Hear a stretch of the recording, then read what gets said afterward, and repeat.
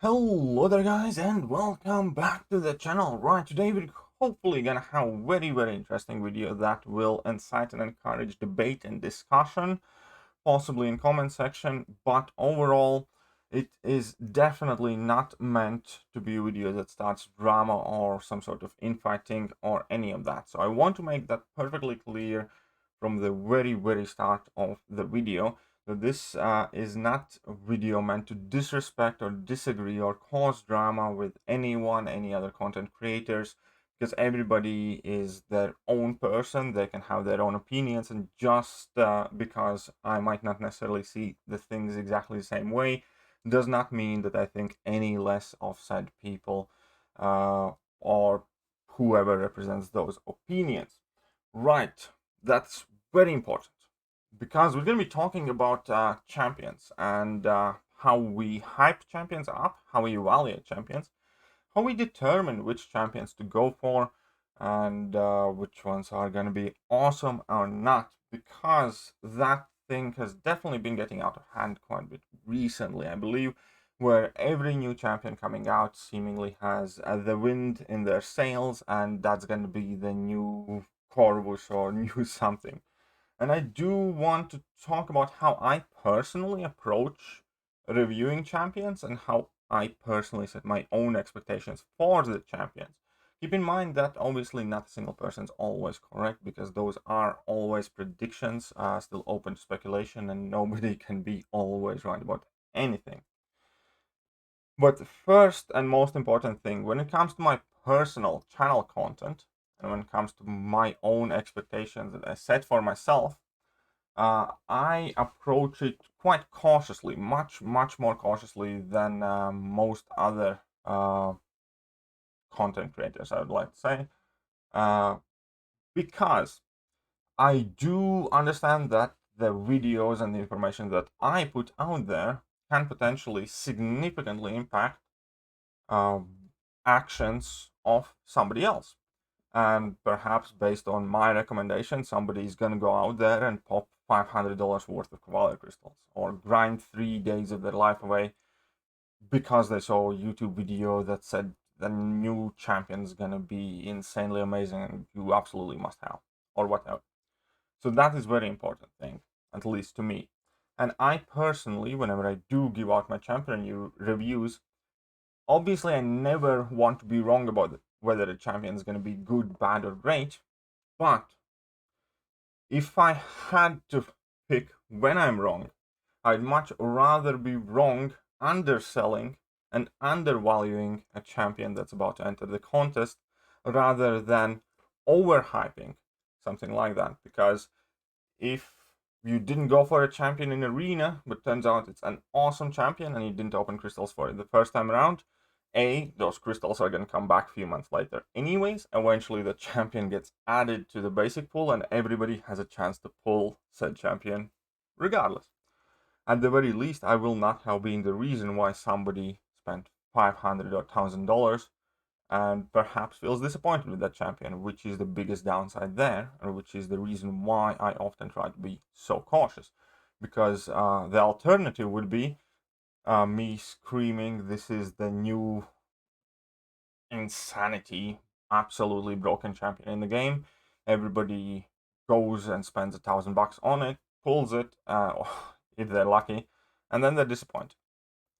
And yeah, I just don't want that to be the case. That being said, I also want to go over how I personally arrived to my own conclusions about quality of the champions, and we're going to go basically step by step. So the initial contact, initial contact obviously always happens with the champion these days when you read the champion spotlight. You can have a vaguely decent idea about how good or bad the said champion will be, but obviously it doesn't always translate from paper to the game. There can be changes made, that can be things overlooked, and that is definitely not the most accurate way how to look at the champion. Then the second next contact that we have with these champions typically are the early access CCP videos. And speaking of those and CCP in general, And again, keep in mind, this is not a criticism about any single individual particular. Rather than that, it is the opposite. I will point out the sources from CCP that I personally find valuable, whose inputs I always take in consideration. I don't always draw the same conclusions as the same said people, but I always listen to what they have to say about any given new champion. And one of them, I suspect we all know because I have mentioned it on the channel plethora of times, and that is Cam.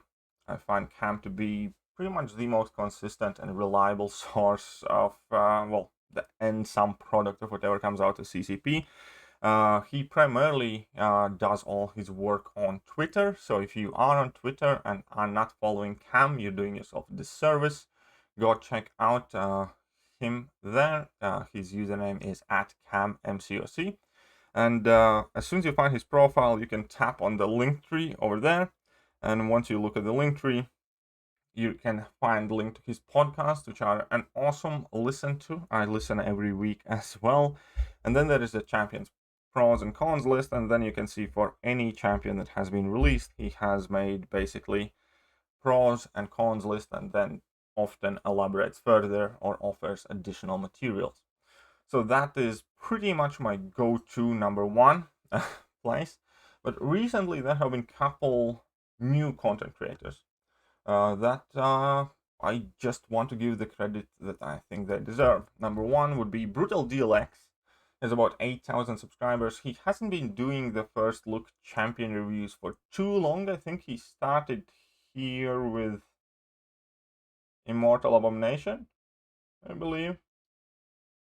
But since he has been doing them, these videos are absolutely awesome. They are some of the best edited videos out there on YouTube, far superior to the ones of my own. And I always wait and watch what he has to say. Partially because the video looks so pretty, but also because there is a very grounded, realistic approach to whatever he sees, feels, and thinks about the champions. And then another channel that has been doing great work, and I'm not entirely sure if he will make it a regular occurrence, but it's Taters from For Loki. He uploads war videos and a bunch of other stuff, but on top of that, he has that champion ranking power index thing, which is absolutely awesome. Some of the most unbiased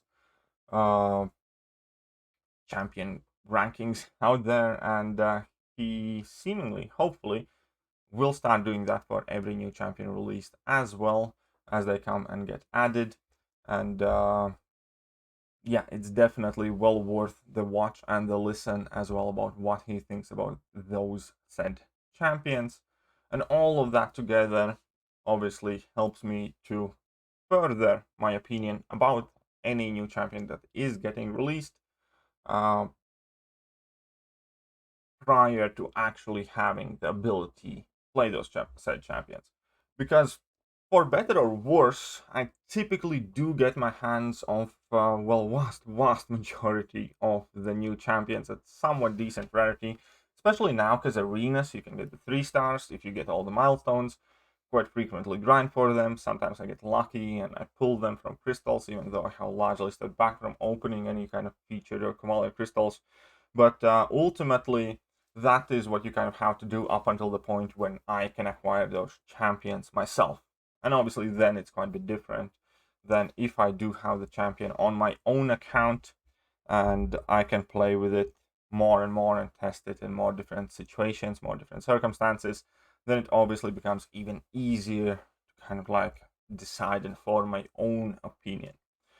And that is the next very important thing, because there are 3 quick finishing points here that I want to mention. Ultimately, just as I said, it helps me form my own opinion, and also by extension of that, it kind of determines what kind of videos I upload about those said champions.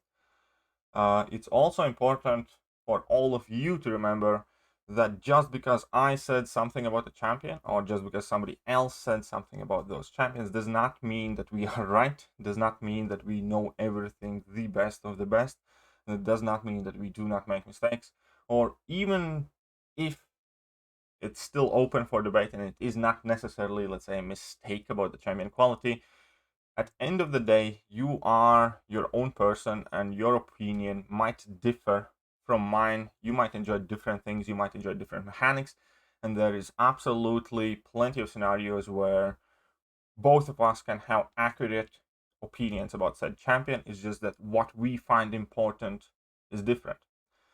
Some of you like bigger, yellowy, shinier numbers, some of you like more utility. Hence, we might arrive to the same opinion about the champion, but the fact that you value one thing over another might ultimately still matter more for you than it does for me. Anyways, last two things that I wanted to kind of like advise people and for people to be cautious of. Number one would be whenever new champions get compared to other champions. And this is, in my opinion, particularly sinful habit these days, because no new champion ever gets compared to bad champions. And if I was to try and get as many clicks on my view, I could make the most outrageous statement, and obviously as many people would click on it, whether to check that I was right or whether to look and figure out that I was wrong. But if you put out something attractive and catchy then obviously that is quite often done with a reason to incite attention. Point where I'm getting here is, keep in mind that there is a reason why we have so many jokes about next skill Corvus. Nobody is making jokes about next skill Hawkeye, because Hawkeye sucks. And even though some champion might be more similar to Hawkeye, nobody would want to compare that champion to Hawkeye because that wouldn't get any attention or wouldn't build any hype around it. That's why we hear Corvus, that's why we hear Aegon, that's why we hear, I don't know, Nick Fury, Quake, or Ghost, or whoever else, because that is also trying to capitalize on the prestige and reputation of those champions who already exist in the game and try and build excitement for new champions. Whether they're accurate or not, much more often than not accurate, but it is what it is, and it's important to recognize that these comparisons are perfectly fine to make if you are genuinely trying to explain how the champion functions or compare their abilities. But I personally don't particularly enjoy making those comparisons with the intention of building up hype. Anyways, again, this is not a dig at anyone, and anybody is free to do whatever they want. It's not my place to criticize, it's just the way I look at things differently. And that's why I avoid making these comparisons as often as I can. I have done it in the past, and but in general, I do try to avoid that. Largely because, returning to the point where I'd rather undersell a champion and save somebody money than oversell a champion and have somebody go ham on the crystals, pull the champion, and hate it afterwards. And the last mention is going to be about the tiers, because whenever you turn left, right, and center, you hear the word God term tossed about in my chat, in my stream chats, in my comment sections. You always hear that a new God tier is at a new God tier. And again, you probably people know that I'm not the biggest fan of tier lists in general. I probably will eventually end up making one, even though I don't like them. But the reason for that would be I'd rather not like something that I made and how some people refer to that than not like something somebody else made and how people refer to that and annoy me even more. Anyways, what I wanted to say that when somebody says another champion is God tier, for instance, keep in mind that God tier these days on majority of the tier lists that I see typically is about 3 or 4 tiers down. And if there are 8, 9, 10 tiers in total, then keep in mind if God tier is 4th highest tier that exists, then if you would transfer it to a standard grading system that most of people had in school, for instance, I had from 1 to 10, 10 being the highest, 1 being the lowest. And that interpretation, when somebody says a champion is god tier, what they're really saying is the champion's barely above average, because if it's the 6th highest tier out of 9 or 10, that means it's still nowhere near the top. It's just, and for the 3rd time, this is not generally meant to offend or cause drama with anyone. Just my personal opinion is the more the term is getting used, the less meaningful it gets. And unfortunately, at this point in game, we have 17 different variations of god tier that currently means very, very little, if not close to nothing. At least to me personally. And that's why, yes, keep in mind that if somebody uses the term god tier, kind of means it's barely above average. Because the champion would be really good, it would be one of the whichever higher tiers are above god tier there these days. I really don't know. But anyways, that is just a video of kind of like me trying to explain how I like to do my champion reviews, what I look out for, what information sources I look for, and things that I have started to look at when I personally either compare or evaluate champions or, well, review them. Anyways, I hope I haven't kept you guys for too long, and I hope you guys enjoyed the video. Let me know what you think. And again, the most important thing, please do remain civil, and remember that each and every single one of us can have our own opinions, and that does not definitely mean that there is some sort of personal disdain or dislike against something else. Either way, I once again hope you guys enjoyed the video, and I'm gonna catch you guys soon. See ya!